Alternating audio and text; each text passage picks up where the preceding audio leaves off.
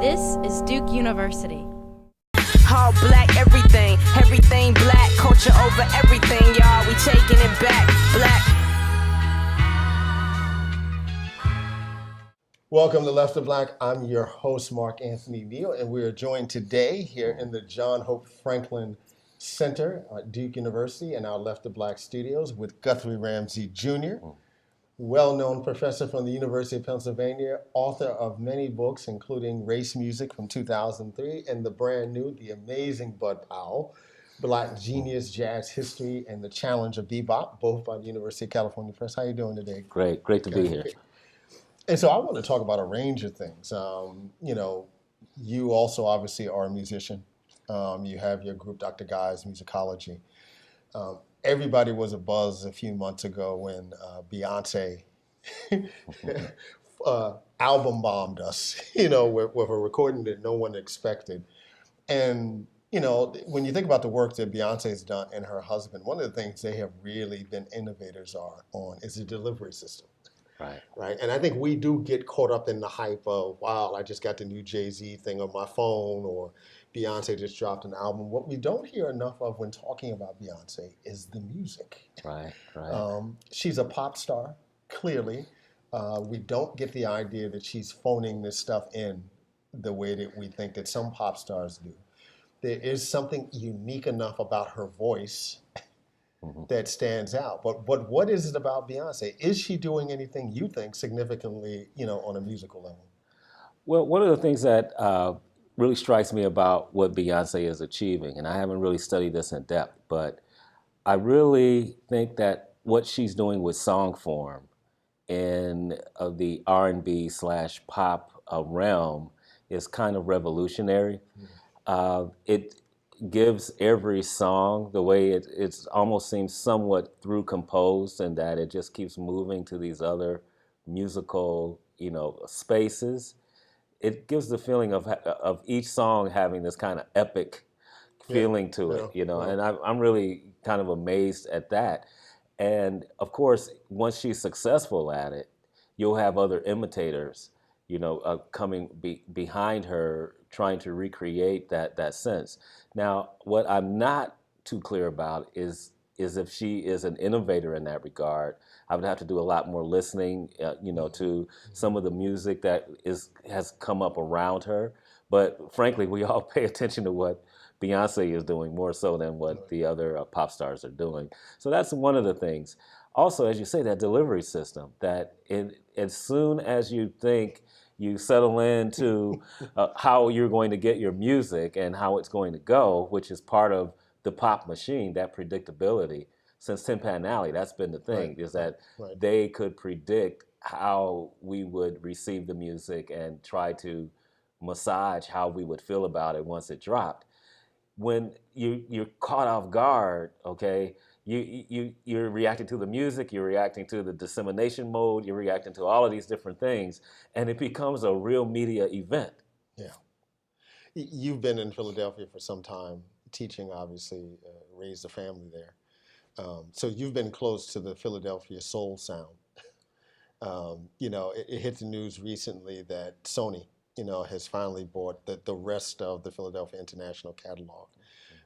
So this great body of work that, Gamble and Huff, Tom Bell, at least in terms of Mighty 3 Publishing, have created, that stuff isn't Black owned anymore, Right. And so we can hear the OJs celebrating Coors beer, right, or any other kind of context, right? Remembering Michael Jackson, for instance, when he bought the Beatles catalog, and one of the first things he did was to license Revolution to Nike. Right. As an independent artist, working in your own label system, your own studio time, it's your own deal. Is it enticing to give that up, for someone else's distribution model, for someone else's publicity and promotional model? Would you like to sell as many records as Herbie Hancock, relative to jazz artists in that context? Or is there some thrill and really satisfaction in continually to be able to do it yourself?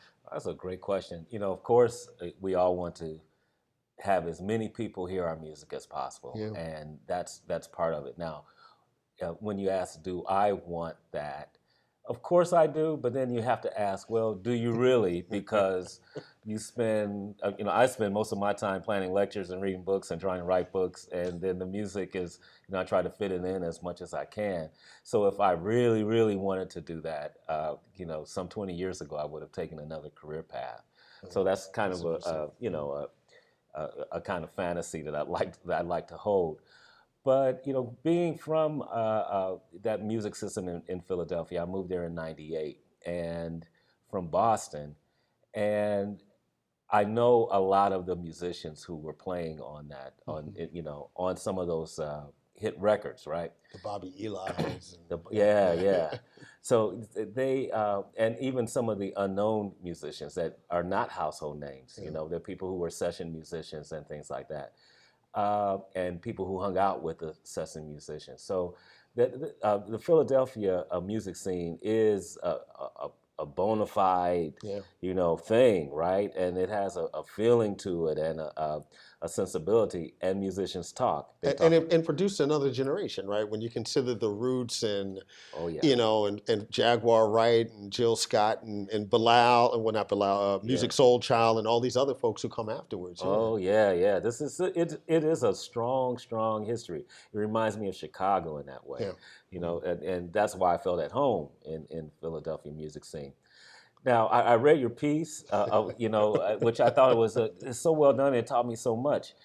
But I started thinking about what does it mean to the musicians who were part of that, what we call the Philadelphia sound. Who we don't talk about. Right? Who we don't talk about. Who we don't know. It's like the the backing band for Motown all those years. The Funk Brothers that no one knew about, right? Until they do a documentary, and it's like, wow. Right.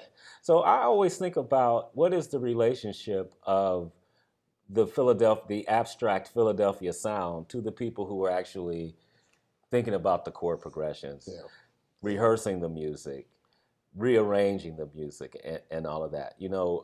Record labels like Motown or Stax or Philly International are companies that employ musicians. Right. So what I would want to know, first of all, and I know it's just my instinct, is what was the musicians' relationship to Philadelphia, to the Philadelphia sound? This thing that we are, kind of mourning in a way. This passing of the catalog. Of the catalog, right? Yeah. So I want to know how much of that wealth production are the musicians getting. And if we come to the conclusion that it really doesn't matter because they did work for hire, and once you sign the contract. What's the implications for that? Yeah. So why are we thinking that there's some great shift has happened on the level of the company, when in fact the company was actually supported by the labor of the musicians, right?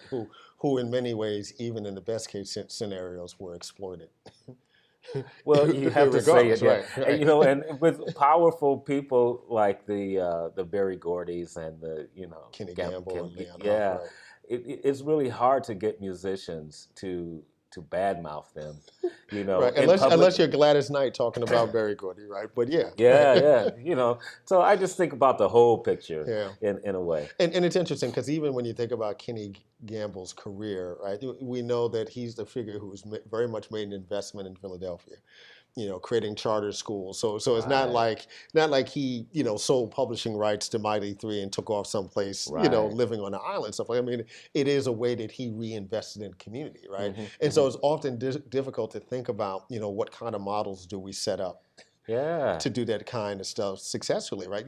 There's an argument, we were talking with Rashad Allison, it'd be great to get the three of us together one time, kind of just chatting about music. But this whole idea that in some ways, Legacy through Sony might be the most ideal way to archive and curate this catalog. book, right? Right. Wood, Gamble, and Huff actually have the resources Yeah. to do it in a kind of way that, at least from a consumer standpoint, where we can listen to what we listen to, can find all the stuff that we need to find, where someone, had the kind of ear that says, well, that Jackson song Blues Away, Yeah. right, on that first album, that needs to be on a collection, right? There are Right. people who listen to that, right? Right. So I don't fall into the romanticization of Yeah. these record labels too much, because as a working musician, uh, you're grinding all the time. We often talk about the Black church as being this institution that we have had so much autonomy over, and this is where I teach it all the time. This is where we were doing music how we wanted to do it. But if you've ever held a position, a music position in one of those great churches that are making the great music, man, you sometimes you better run to the bank and cash that check, okay? Because by Monday morning, it might not be Be there, there, yeah, for real. okay? Yeah, so I mean, it's this, who owns the music thing Yeah. it looks totally different if you take it from the musician standpoint. You're watching Left of Black. I'm your host, Mark Anthony Neal. We're here at the John Hope Franklin Center in the Left of Black studio, joined by Guthrie Ramsey Jr., Guy Ramsey, Professor of Music and African American Studies at the University of Pennsylvania, author of the new book, The Amazing Bud Powell, Black Genius, Jazz History, and the Challenge of Bebop, also the author of Race Music, both published by the University of California Press.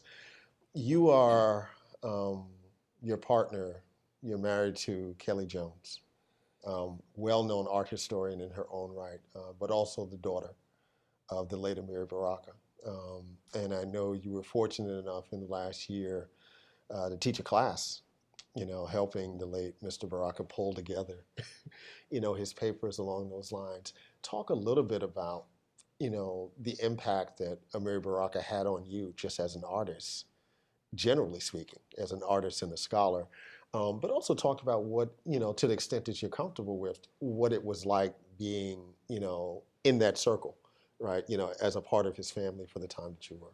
Well, one of the things that is important to remember about him is that I think the world was his family. Yeah. He influenced so many people, and when he passed, you got to see the impact of that by virtue of how many people were mourning, were in grief. And the kinds of people. Oh, yeah. Who were mourning. I had this conversation with Jelani Cobb, you'd be hard-pressed to think of another Black literary figure, right? We all know who Toni Morrison is or Alice Walker, but you'd be hard-pressed to think of another Black literary figure that would pass where corner dudes, Yes. would have felt compelled, well, I need to go pay my respect, right? They would know who these other figures were, but, but he was the Black literary figure that folks saw as the everyday dude. Oh, yeah. And the number of young people, well, not so young now, who said that Amiri Baraka wrote my letter of recommendation for college. Yeah, right. Okay, we're talking on the level right. of... And this is the labor that we don't see, right? This is the true activism, where he really, really believed in us. Right. He really believed... He put skin in the game. Yes, he did. Right. Yes, he did. So, it was amazing to mourn right along with so many people. You got to see the impact of what true activism and true artistry really should be about. Yeah. It was, of course you had hangers on and all of that, but for the most part, it was people who really wanted to pay their respects. And I thought that was an amazing lesson, for me as a scholar, artist, writer, whatever, to kind of think about what is your legacy going to be, and what are they going to say about you? Are they going to say that, oh, were you self-serving? Or will people come up and say, this person really impacted me because they spent time, they inspired? Watching and listening to the going home ceremony, right? And the going home ceremony, did a couple of things for me, right? The first thing was it highlighted the ineffectiveness on some levels of Black media. If you could think of a comparative literary figure in the white world. And how that going home ceremony, it would have been covered by CNN. Oh yeah. Right. It would have been covered by, some of these other kinds of outlets. The fact that Amiri Baraka could go home and we're not getting a live feed from a BET, right, or a TV one, right? And so it really was the way the internet has mattered for us, right? It's been this alternative platform that we've been using the last decade where folks could connect. So that's the one piece of it. But then to see the kind of folks who are there, right? The fact that Glenn Turman, who we don't think about in any kind of context, right? He's just, the major from a different world, right? Or preach from Cooley High, right? And he's talking about what that legacy was when he was a teenager, right? Or someone like Avery Brooks, right? Who is just like the quintessential Black Renaissance man of the 20th century, right? And he's there paying tribute, singing Round Midnight. But in particular, listen to Hakeem Abudi and the little poem that he had written, right? Baraka calling him from Midway, right? I'm stuck at this airport for a little bit, come on through, right? And he's watching, as he tells him the poem, watching Baraka on this telephone, right? On this payphone before cells, right? And no one knows, right? No one's paying attention to the genius who's sitting there. We're talking about Black genius in a broader sense, traveling around the country. What does it mean, for a larger society not to recognize the genius within its midst, right? As much as Ishmael Reed, right, and Baraka had beef, right? When you read Ishmael Reed's obituary in the Wall Street Journal, right, he's like, say what you want. This is someone who won 2 American Book Awards, right? Right. That means he spoke something powerfully about who this country is, and so why doesn't this country claim him, right, in that way? Oh my goodness. Yeah. Well, not meaning any disrespect, but we got a live CNN feed for Whitney Houston now, which is a beautiful tribute to another Jersey person, another Newark person, I think, as a matter of fact, right? I think it speaks to the ineffectual nature of the mainstream media for our concerns. I never look to them for what really truly matters to me, and if they are treating what really matters to me, it's usually done in a very dumb way, right?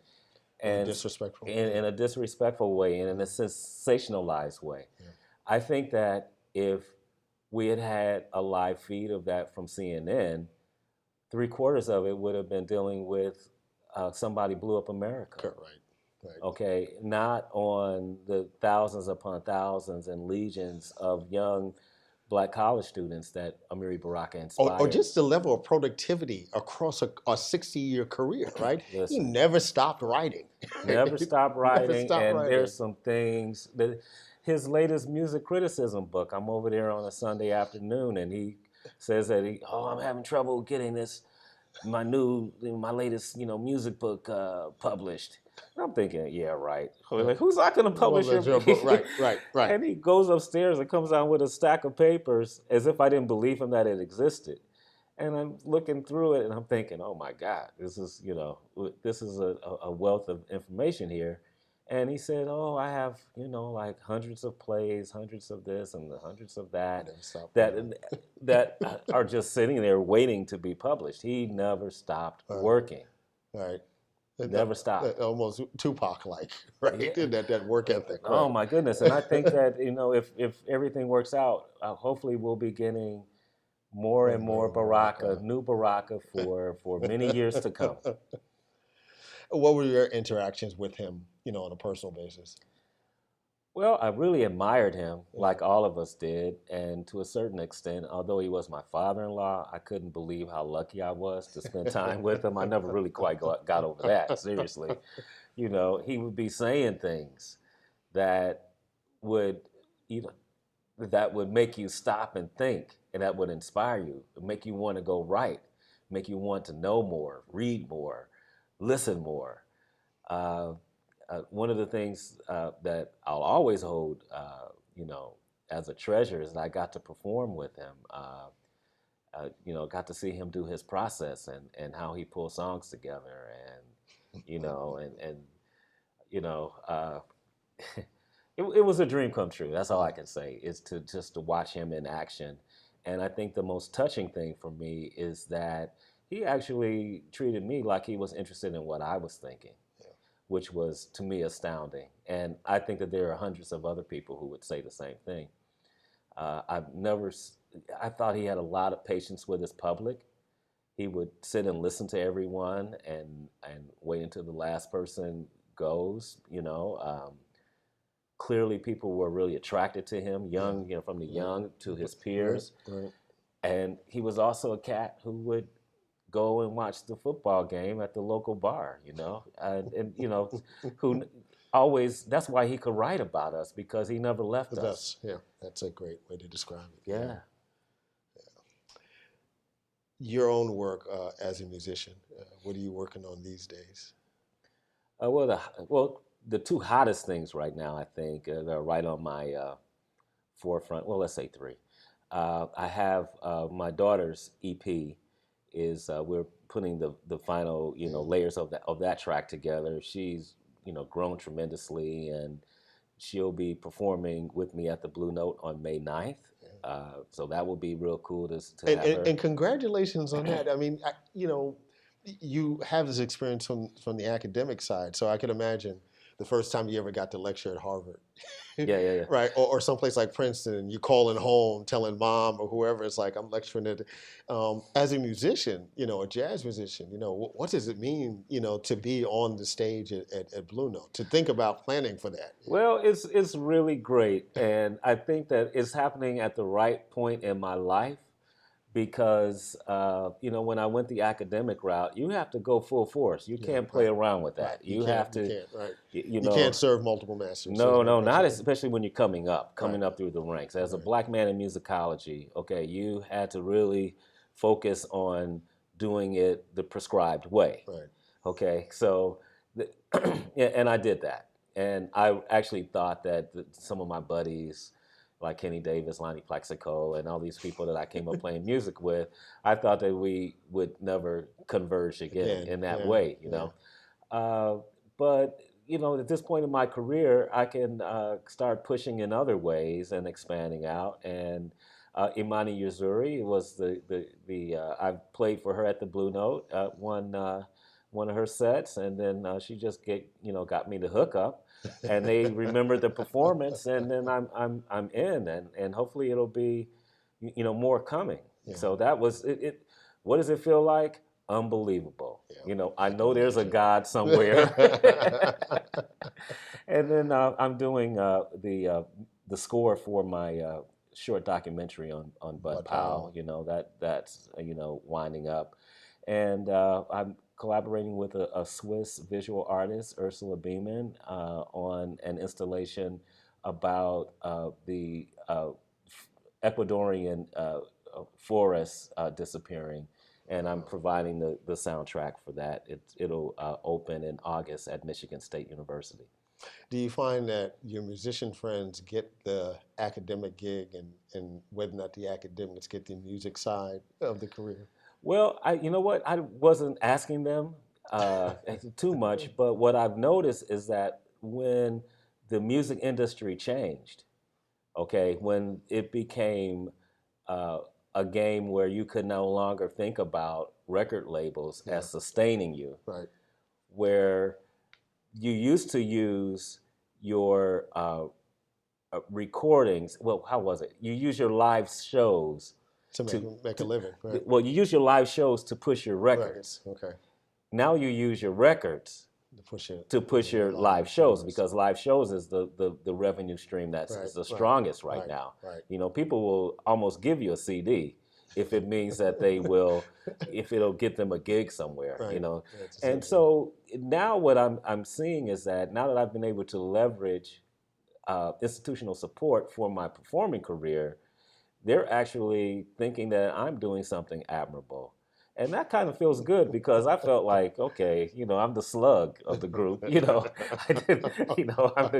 the ne'er-do-well, musical ne'er-do-well. But so it feels good to kind of be validated in that way that I've been able to use the university support to create a musical performing space for myself. What are you listening to these days? Okay, the two things that are on my playlist right now, number one is Ben Williams. He is a bass player. I'm listening to a 2011 project that he put out. He was playing with the Next Collective, okay? And then I'm listening to Twinkie Clark's Live Unplugged, which is... tell the audience who Twinkie Clark is.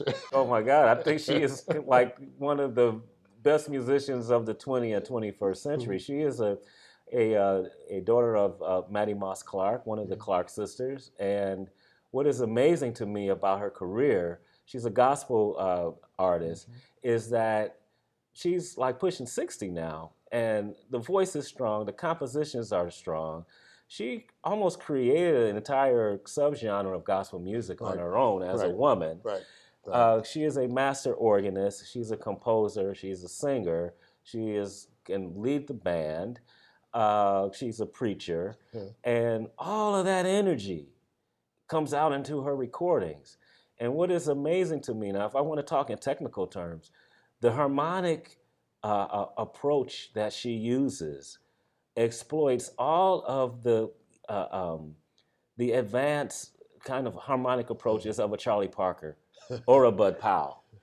And she's just simply a master, and it just, to me, it's very inspirational to see a woman still producing on that high level. At that stage in her career. At that stage in her career. This is what we wanted for Whitney Houston. We wanted her to be almost 60, adjusting. Like Twinkie doesn't do all of the squalling that she used to do when she was in her 30s.